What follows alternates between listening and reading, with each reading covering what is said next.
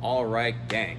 We are diving back into part 2, going over the next 3-day cycle of programming from Ben Smith on CrossFit.com. We're going to dive into a little bit of an analysis.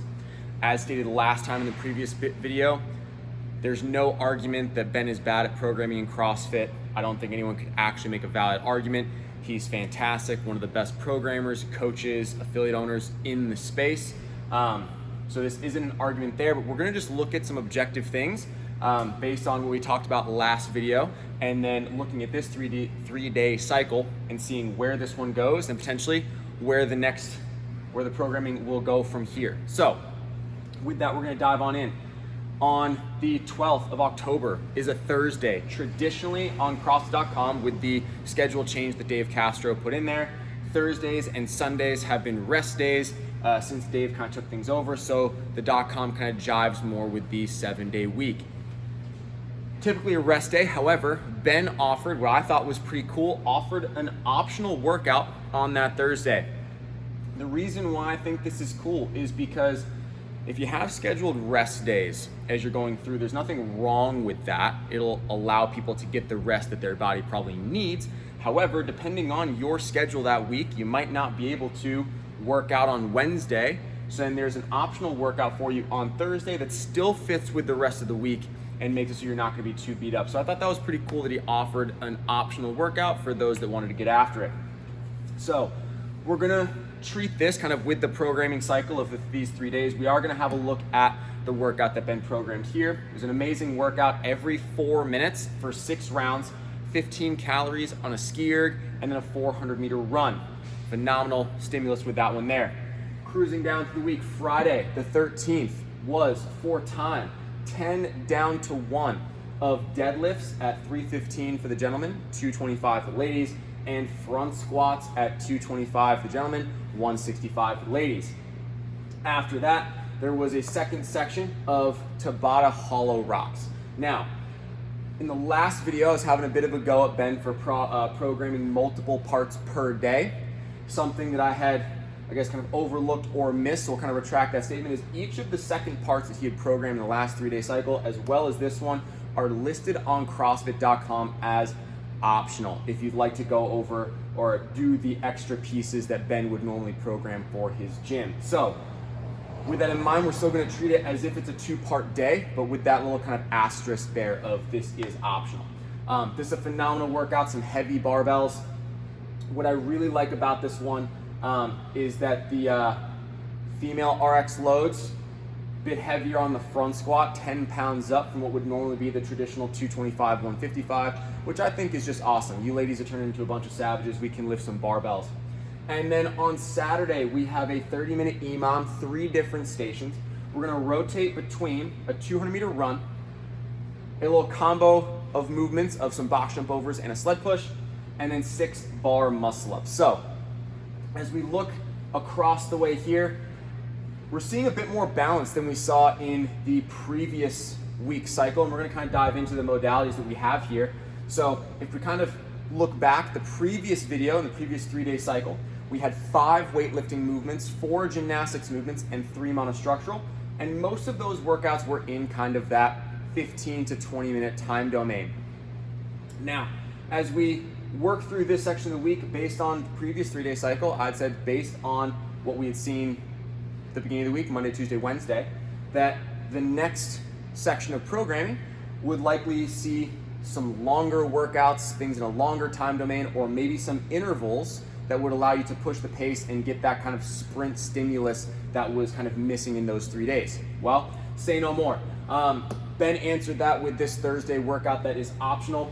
Every 4 minutes for 6 rounds. That puts total time domain at 24 minutes, so a little bit longer. However, 15 calorie ski and 400-meter run is gonna be a sprint.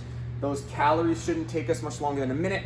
The run shouldn't take us much longer than 2 minutes, and we're shooting for about a minute rest each round before we kick back off the next one. So you are gonna be pushing the pace here. And then the 2 modalities that we have, obviously we have monostructural and then monostructural. So monostructural had the least amount of movements or the least amount of, I guess, representation in the previous 3 days of programming. So we're covering those bases here. Really good. For this one, this is gonna be one heck of a grind. It's for time, but there's only so fast you can move through these heavy movements. And we know that Ben likes to put an emphasis on moving well under load, under fatigue. So this probably isn't going to be one, especially with the loading, that you're like putting the gas pedal to the floor and giving it everything you got. So it is going to be somewhere in that mid-range time domain for today. And we're seeing weightlifting, and then gymnastics if you are tacking on the little extra piece there. So we're looking pretty good so far in terms of movement modalities. As we move to 30-minute EMOM, again, answering that call from the previous 3 days of programming, looking at potentially there might be something a little bit longer that goes and pushes us beyond that 15 to 20 minute time range. A 30-minute EMOM was a nice little answer to that.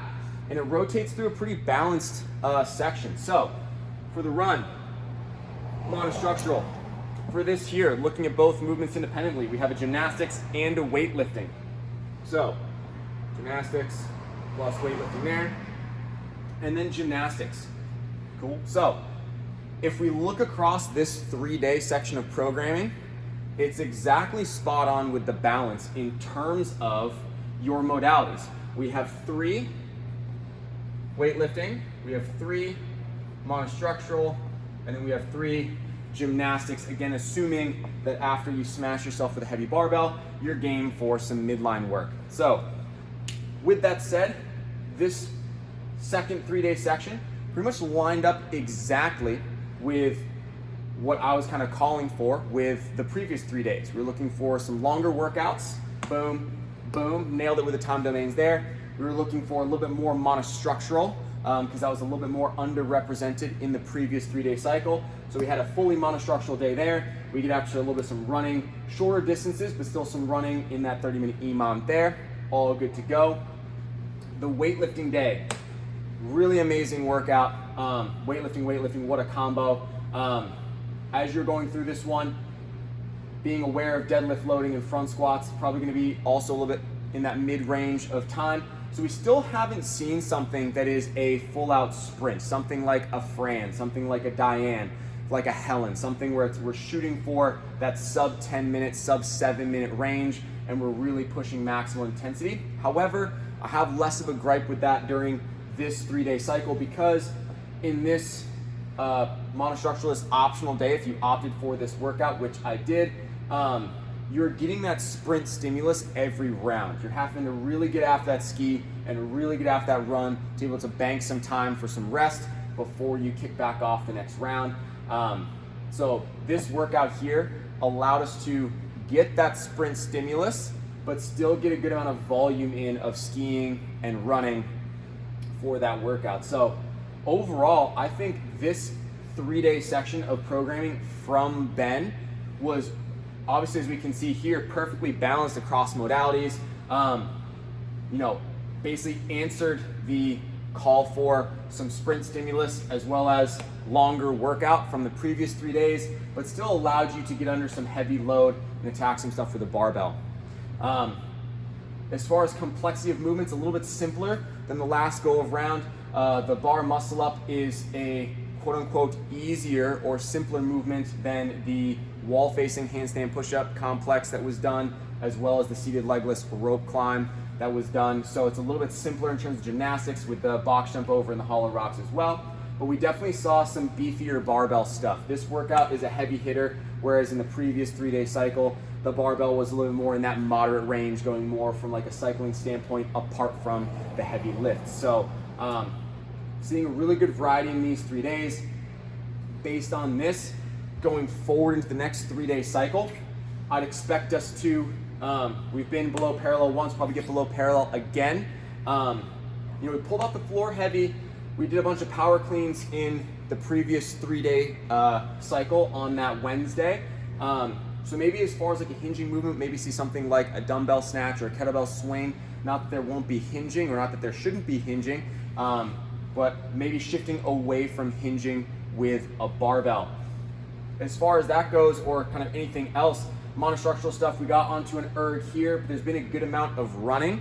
So maybe for monostructural movements in the next 3-day cycle, we vary things up a little bit by going on either a bike or a rower, maybe seeing the ski erg again, something like that.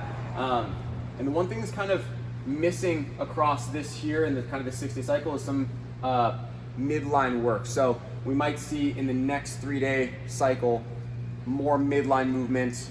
Could be a sit-up, a toes to bar, a GHD sit-up, something like that within a workout. Obviously the Tabata hollow rocks are a midline movement for that. That's a little bit of some accessory after the barbell day. I'd like to see a midline movement, something like that within a Metcon or one of the workouts there. So overall, really well put together set of 3 days, balanced across time domains, modalities, and the movements that we're looking for in terms of the loading and things like that's being asked of the athlete.